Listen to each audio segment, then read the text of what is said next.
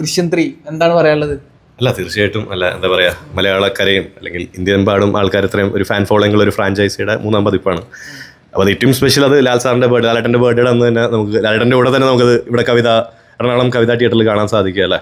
അതൊരു വലിയ ഒരു ഹാപ്പിനെസ് ആയിരുന്നു. ഫാൻസും അല്ലെങ്കിൽ ഇതിൽ പ്രവർത്തിച്ച ആൾക്കാരും അല്ലെങ്കിൽ ബാക്കി നമ്മളെല്ലാ ഫാൻസും എല്ലാവരും കൂടി ലാൽ സാറിൻ്റെ കൂടെ ഇരുന്ന് ഒരുമിച്ച് സിനിമ കാണാൻ സാധിച്ചു. അത് വലിയൊരു ഹാപ്പി കേക്ക് കട്ടിങ്ങും എല്ലാം ഉണ്ടായിരുന്നല്ലോ. അപ്പോൾ അത് നമുക്കൊരു സ്വപ്നമാണല്ലോ അതൊക്കെ അദ്ദേഹത്തിൻ്റെ കൂടെ തന്നെ. അപ്പോൾ അദ്ദേഹത്തിൻ്റെ കൂടെ ഇപ്പോൾ ആദ്യത്തെ സിനിമ ദൃശ്യം 1 ഇതേ തിയേറ്ററിൽ തന്നെയായിരുന്നു കണ്ടത്. അപ്പോൾ അത് കണ്ട് അന്ന് വണ്ടറടിച്ചിറങ്ങിയ അതിനുശേഷം OTT-യിൽ 2-ാം പതിപ്പ് ആമസോണിൽ കാണുകയും അതിനുശേഷം ലാൽ സാറിൻ്റെ കൂടെ നേരിൽ പ്രവർത്തിക്കാൻ സാധിക്കുകയും ചെയ്തു. അപ്പോൾ അതൊക്കെ കഴിഞ്ഞ് നമുക്ക് ഓരോ സിനിമയും ഒരു ലെസൺസാണ് ഇദ്ദേഹത്തിൻ്റെ അഭിനയം. മൂന്നാം ഭാഗമാണ് വരുന്നത്. ദൃശ്യം 3 ആണ്. അപ്പൊ ദൃശ്യം 1, 2 എന്ന് പറയുമ്പോൾ കുറച്ച് കമ്പാരിസൺ വരും. എങ്ങനെ നോക്കിക്കാണ് ദൃശ്യം 3ലേക്ക് വരുമ്പോ ഈ രണ്ട് കമ്പാരിസൺ? അല്ല, തീർച്ചയായിട്ടും കഥയുടെ ഒരു ചലനമുണ്ട്, വലിയ മാറ്റമുണ്ട്. കഥയും ആ പശ്ചാത്തലവും അല്ലെങ്കിൽ കഥാപാത്രത്തിന്റെ ചുറ്റുപാടുകളിൽ ഒരു വലിയ മാറ്റങ്ങളുണ്ട്. അത് ആദ്യത്തെ ഭാഗത്ത് ഉണ്ടായിരുന്ന ജോർജ് കുട്ടി അല്ലല്ലോ, 2-ാം ഭാഗത്തിൽ ജോർജ് കുട്ടിക്കും കുറേ മാറ്റങ്ങളുണ്ട്, കുടുംബത്തിനും മാറ്റങ്ങളുണ്ട്, കഥയ്ക്കും മാറ്റങ്ങളുണ്ട്. അത് ഭയങ്കര ബ്രില്യൻ്റ് ആയിട്ടാണ് ജിത്തു സാർ എഴുതിയിരിക്കുന്നത്.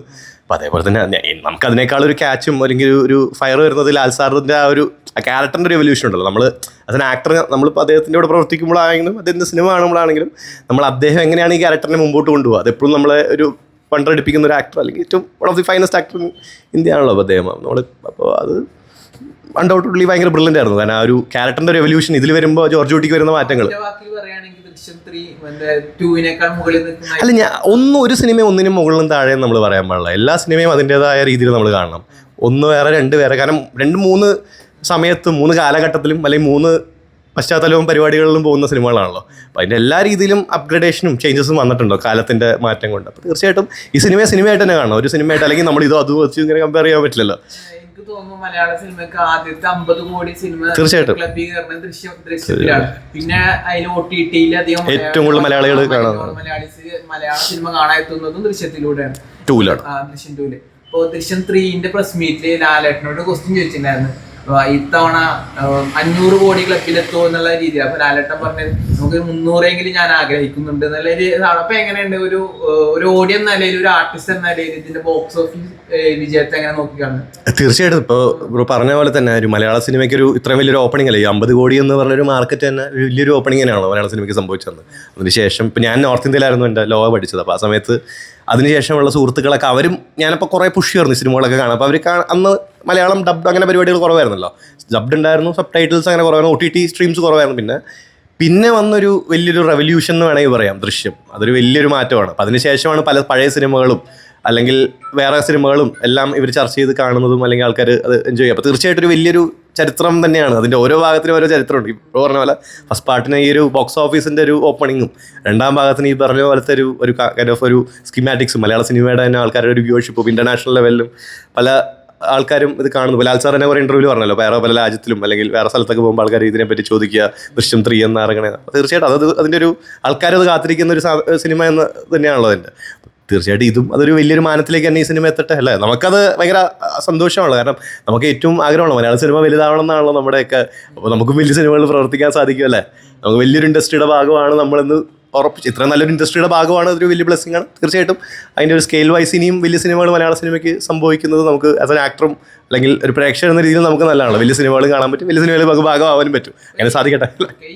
സോഷ്യൽ മീഡിയയിൽ കണ്ടുവരുന്നത് പുതിയ സിനിമ റിലീസ് ആകുമ്പോൾ അതിന്റെ ടിസ്റ്റ് കാര്യങ്ങൾ സോഷ്യൽ മീഡിയയിൽ വരുന്നത്. ദൃശ്യത്തിന്റെ ഓൾറെഡി എല്ലാരും ടിസ്റ്റ് പ്രതീക്ഷിച്ചാണ് വരുന്നത്.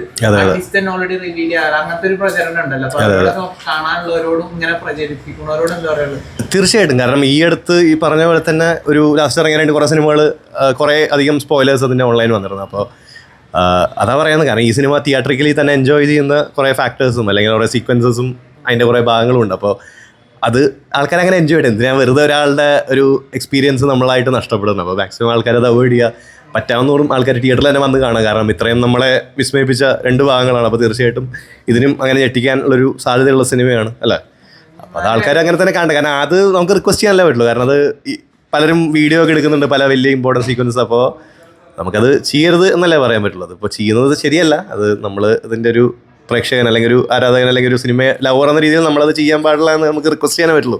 കാരണം അത് അവരുടെ ഒരു തോട്ടും അവരെങ്ങനെയാണ് ചിന്തിക്കുന്നത്, അവരെങ്ങനെയാണ് കാണുന്നത്. അപ്പോൾ തീർച്ചയായിട്ടും അത് ചെയ്യരുത് അല്ലേ. ആൾക്കാർക്ക് ആ ഒരു മൊമെൻറ്റ് തിയേറ്ററിൽ തന്നെ അത് എക്സ്പീരിയൻസ് ചെയ്യാൻ സാധിക്കട്ടെ. കാരണം ഇപ്പോൾ പണ്ടത്തെ പോലെ അല്ലല്ലോ, ഇത്രയും വലിയ തിയേറ്ററും ഫെസിലിറ്റീസും എല്ലാം നമുക്കുണ്ട്. പണ്ടത്തെ പോലെ ആൾക്കാർക്ക് സിനിമ കാണാൻ ബുദ്ധിമുട്ടുകളൊന്നുമില്ല. അപ്പോൾ ആൾക്കാർ തന്നെ വന്ന് എൻജോയ് ചെയ്തിട്ടല്ല. ഇപ്പോഴാണല്ലോ ഈ ഇത്തരം സിനിമകൾ ബാക്കി സിനിമകളെക്കാളും കുറേ എന്താ പറയുക കുറച്ച് ഫാക്ടേഴ്സ് നമ്മൾ പ്രതീക്ഷിച്ചാണല്ലോ ഈ ദൃശ്യവും അല്ലെങ്കിൽ സിനിമകളൊക്കെ വരുന്നത്. അപ്പോൾ അത് ഇപ്പോൾ ഇറങ്ങാനുണ്ട് ഒരു സിനിമ, ഉടുമ്പൻചോല വിഷനാണ് ആദ്യം ഇറങ്ങുന്നത്. അപ്പോൾ അതിന് ശേഷം ഇപ്പോൾ ചെയ്തുകൊണ്ടിരിക്കുന്നത് 2 പ്രോജക്റ്റ്. അപ്പോൾ അത് നല്ല അപ്ഡേറ്റ് ചെയ്യാം.